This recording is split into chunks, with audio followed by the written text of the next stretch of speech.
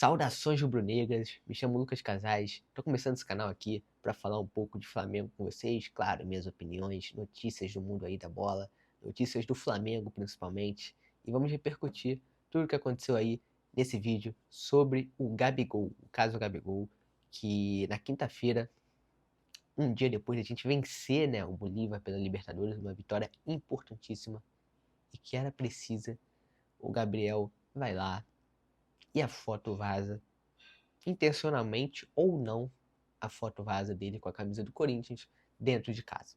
Eu acho que todo mundo já sabe o contexto que aconteceu, então não vou me aprofundar muito em como foi a história, o que aconteceu, porque isso aí todo mundo já tá careca de saber. Estou aqui para dar minha opinião nos últimos fatos. Ontem, dia 19 de maio, Gabriel Barbosa, o Gabigol, foi dar uma entrevista no UOL sobre essa situação toda de 15 minutos ao jornalista André Hernan.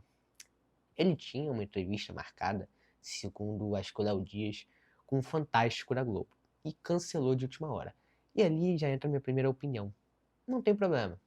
Onde o Gabriel fosse dar a entrevista, onde ele fosse falar, iria repercutir. Se fosse um jornalzinho de interior, a entrevista também repercutiria. Então não importa o local. Ele foi, deu entrevista para o André Hernan, e eu senti falta de algumas perguntas ali do senhor André Hernan, que é um excelente jornalista, não estou aqui para questionar o trabalho de ninguém. Mas eu senti falta de umas perguntas mais incisivas, porque pareceu, não teve um contexto ali. Pareceu que o Gabriel vestiu uma camisa de outro time e a torcida ficou puta por isso.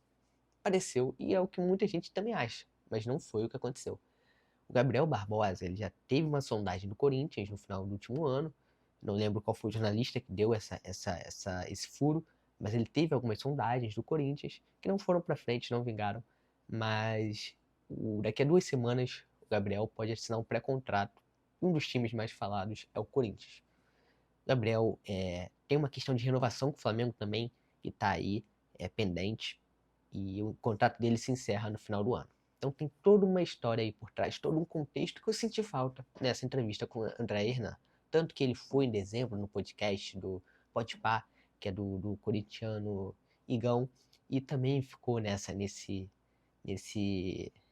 indiretas, né, de Corinthians e tudo mais. Então tem um contexto por trás que eu senti falta, de verdade, nessa entrevista dele com o André Hernan.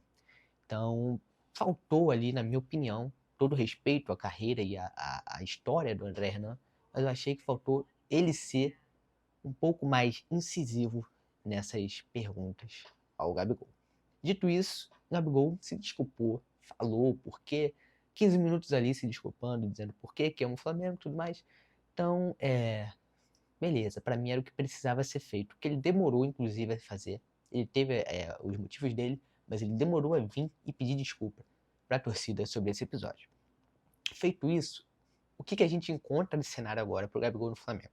Primeiro, ele tem uma renovação pendente, que aí o contrato dele encerra em dezembro, ele tem uma renovação pendente, e na minha opinião, do Lucas Casais aqui, não deve ser renovado. O Gabigol não tá fazendo por onde. E o motivo aqui não é sobre ele vestir a camisa do Corinthians ou não. O motivo aqui é simples, ele não tá correspondendo em campo. Então, pra mim, Gabigol é ídolo, Gabigol, porra, merece estar ali no hall de ídolo do Flamengo, tá no top 5 com toda certeza, mas no momento, ele não merece ter o seu contrato renovado com o Clube de Regatas do Flamengo.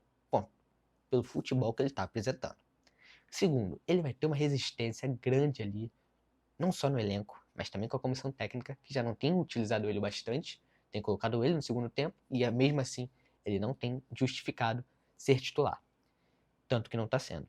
E terceiro, ele vai ter uma resistência gigante da torcida. A torcida que estava carregando ele, estava gritando o nome dele. Porra, fez bandeirão nesse caso do doping. Ele vai e faz isso.